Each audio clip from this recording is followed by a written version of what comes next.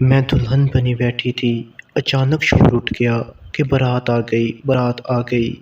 ساتھ ہی پٹاخوں اور ہوائی فائرنگ کی آواز آنا شروع ہو گئی۔ میرا دل زور زور سے دھڑکنا شروع ہو گیا تھا۔ اب میں اپنے ماں باپ کے گھر میں چند لمحوں کی مہمان تھی۔ اس کے بعد باقی کی زندگی ایک انجان شخص کے ساتھ گزارنی پڑنی تھی، جس سے آج میری شادی تھی۔ تھوڑی دیر ہی گزری تھی کہ باہر سے غیر معمولی قسم کا شور آنے لگا، جس میں کچھ عورتوں کے رونے کی آوازیں بھی شامل تھیں۔ ساتھ ساتھ ایسی آوازیں بھی آ رہی تھیں جیسے کوئی کہہ رہا ہو کہ اس کو ہسپتال لے جاؤ، ایک آواز آئی کہ پولیس کو کال کرو۔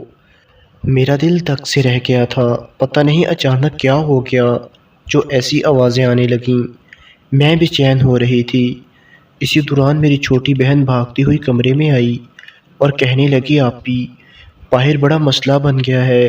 میرا باپ اور تایا ابو میرے پاس آئے اور کہنے لگے، بیٹی اگر آج تمہاری رخصتی نہ ہوئی تو ہماری عزت خاک میں مل جائے گی۔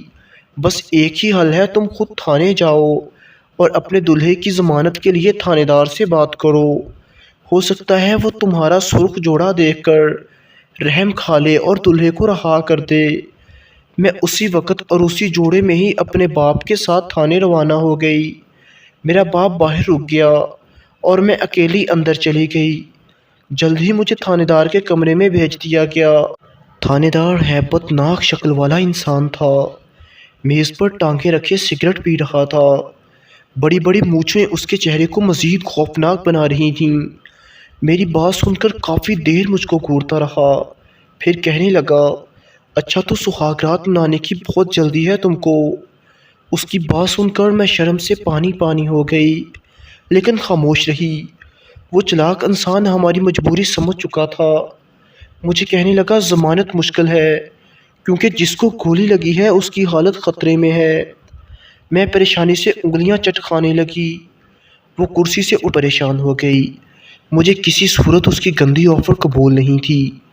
میں تھانے سے باہر نکل آئی تو دیکھا کہ میرا باپ گھٹنوں میں منہ چھپا کر رو رہا ہے۔ مجھ سے اس کی بے بسی دیکھی نہ گئی۔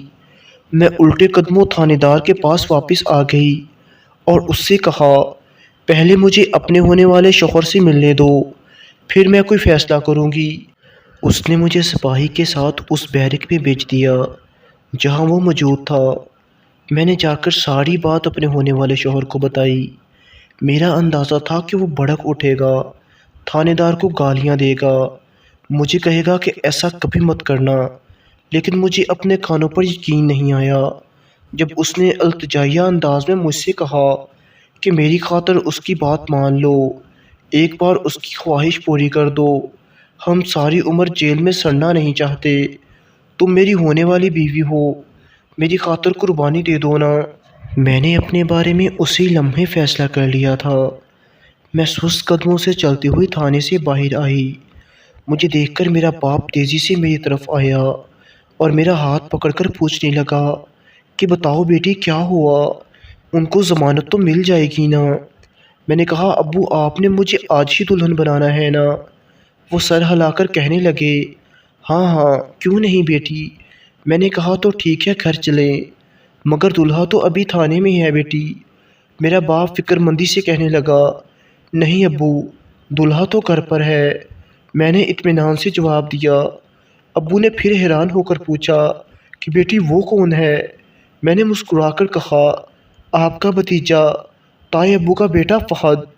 حیرت اور خوشی سے میرے باپ کا منہ کھلے کا کھلا رہ گیا۔ انہوں نے اسی وقت موبائل نکالا اور میرے تایا ابو کو کال کر کے بتایا۔ کچھ عرصہ پہلے تایا ابو نے اپنے بڑے بیٹے فہد کے لیے میرا رشتہ مانگا تھا۔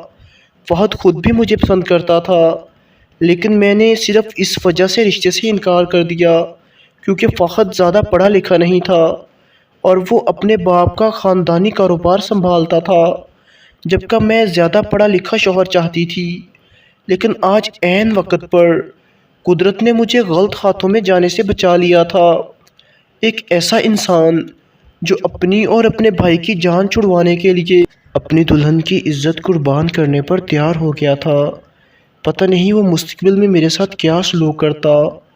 اسی دن میں اپنے کزن فہد کی دلہن بن کر ان کے گھر میں چلی گئی، جو کہ ہمارے گھر سے فقط ایک دیوار کے فاصلے پر تھا۔